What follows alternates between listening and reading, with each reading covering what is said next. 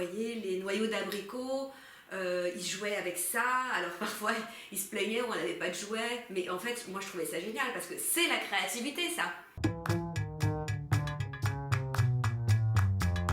Je suis française, juive, d'origine tunisienne. Je suis née dans un folklore que j'ai pu observer de très près parce que ma grand-mère, par exemple Fortunée, Journou Messica, c'était quelqu'un d'exceptionnel, d'une générosité incroyable, mais qui était en même temps une comédienne. Alors moi aussi je suis comédienne. Je pense qu'elle m'a énormément inspirée. Enfin, elle était comédienne sans le savoir, hein, bien sûr. Elle vous faisait du spectacle en live tout le temps, quoi. C'était dans sa nature. Elle pouvait être complètement dans la dramaturgie, dans le drame, comme dans le comique. Et elle vous parlait, elle vous captait comme ça. C'est-à-dire, t'avais quelqu'un qui venait sur le pas de la porte juste pour demander du sel.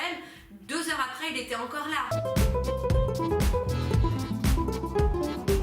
C'est tout laisser là-bas, en fait. Laisser son histoire, laisser son matériel, laisser son travail et laisser son identité là-bas pour recréer quelque chose de nouveau. À Féryville, il y avait quand même la marine nationale, les Français étaient très installés, donc ils ont pu venir, j'allais dire assez facilement, mais c'est entre guillemets, mais il y a eu un choc énorme en fait, il y a eu un déracinement énorme, un choc de culture énorme, et en même temps, dans leurs propos, ça a été une liberté que de découvrir le sol français et la liberté à la française. Donc ils se sont inventés, je pense, tous des personnages quelque part, pour pouvoir exister, pour pouvoir dépasser finalement ce déracinement.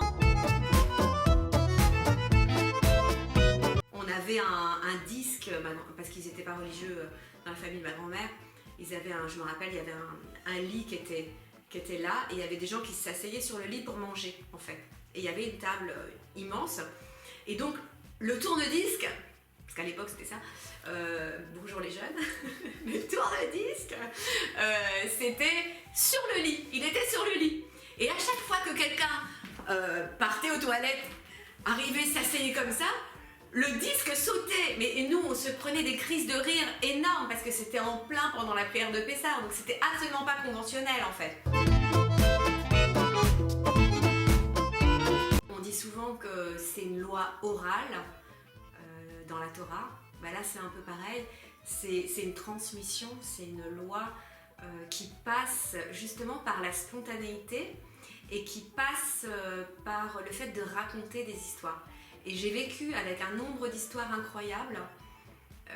Certaines étaient plaintives, parce qu'il y avait le côté, voilà, on a vécu des trucs. D'autres, c'était plus drôle, des sourires. Et donc, c'est ces petites histoires-là où moi, je me suis complètement imaginé la Tunisie, en fait. Un peu comme si, quand vous lisez un livre, et que vous avez une description de paysage et vous arrivez à reconstituer un puzzle avec ma grand-mère qui, enfin, il n'y a pas besoin d'appuyer sur le bouton.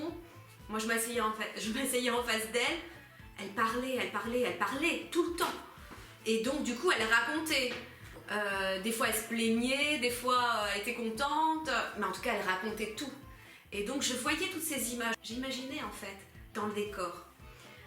Je voyais les noyaux d'abricots, ils jouaient avec ça, alors parfois ils se plaignaient, on n'avait pas de jouets, mais en fait moi je trouvais ça génial parce que c'est la créativité ça.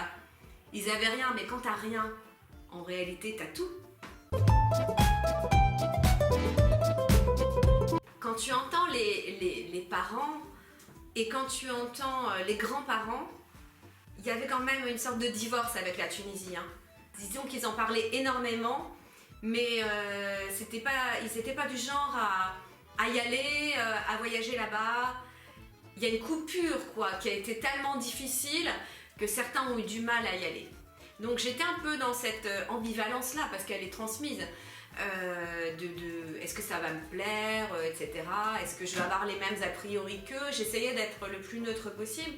Et quand je suis arrivée à Tunis, en fait, j'ai eu une montée émotionnelle impressionnante. j'étais en larmes en fait. J'étais en larmes. Pourquoi? Parce que tout ce qu'on m'avait raconté, toutes ces histoires qui m'ont nourrie, en fait, elles remontaient à la surface d'un coup et surtout, essentiellement avec les odeurs. C'est-à-dire l'odeur du jasmin, l'odeur de la fleur d'oranger par exemple. C'est très typique, mais c'est tellement fort là-bas. Parce qu'ici, quand tu sens ça, c'est insipide, ça n'a rien à voir. Là-bas, quand tu le sens, c'est puissant, ça te rentre dans les veines directement. On sent qu'il y a eu une vie là-bas, une vie juive, faut le dire. Il y en a des traces, mais il faut presque faire une enquête. Mais par contre, tu vas retrouver les odeurs, tu vas retrouver l'atmosphère, tu vas retrouver l'ambiance. Je suis passée dans le quartier de Tunis, là où il y a la synagogue principale.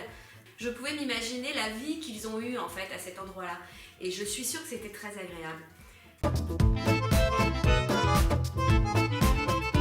Bravo pour votre action parce que c'est nécessaire. C'est plus qu'indispensable. Ils ont vécu une histoire extraordinaire. Ils étaient dans leur pays, c'était pas des gens qui étaient là par hasard, comme ça, et qui sont venus pendant 10 ans. Non, c'était leur pays.